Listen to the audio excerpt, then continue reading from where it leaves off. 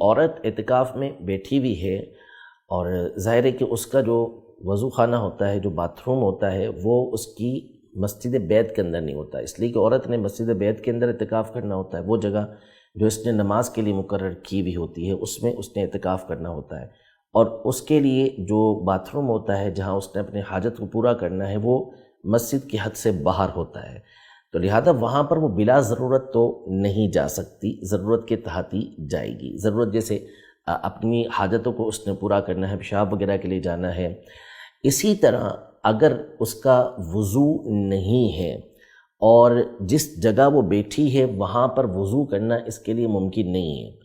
جیسے مثال کے طور پر ممکن یوں ہو سکتا ہے کہ وہاں اس نے کوئی ٹنکی وغیرہ رکھ لی، کوئی کولر رکھ لیا، نیچے کوئی اس نے برتن رکھ لیا جس میں وہ آسانی کے ساتھ وضو کر سکتی ہے، تو اس کے لیے حکم یہی ہوگا کہ وہ وضو یہیں کرے گی، چاہے وہ فرض نماز ہو چاہے وہ نفل نماز ہو، ادھر ہی وضو کرے، وہ وضو کرنے کے لیے نہیں جائے گی۔ لیکن اگر ایسا ممکن نہیں، جیسا کہ بہت سارے ہمارے گھروں کے اندر یہ ہوتا ہے کہ جو جگہ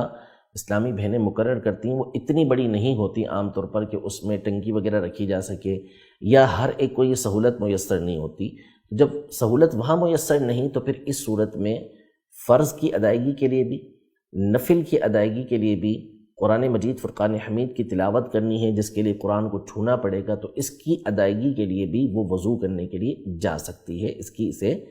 اجازت ہے۔ یعنی اب جو وہ نفل کے لیے وضو کرنے کے لیے جائے گی یا قرآن مجید فرقان حمید کے چھونے کے لیے وضو کرنے کے لیے جائے گی تو یہ فرض وضو ہی کے حکم کے اندر ہوگا، یہ فرض ہی ادا کر رہی ہوگی۔ تو یوں یہ نفل ادا کرنے کے لیے قرآن مجید فرقان حمید کی تلاوت کے لیے جبکہ اس جگہ پر وضو نہیں ہو سکتا تو وہ باتھ روم میں جا کر وضو کر سکتی ہے۔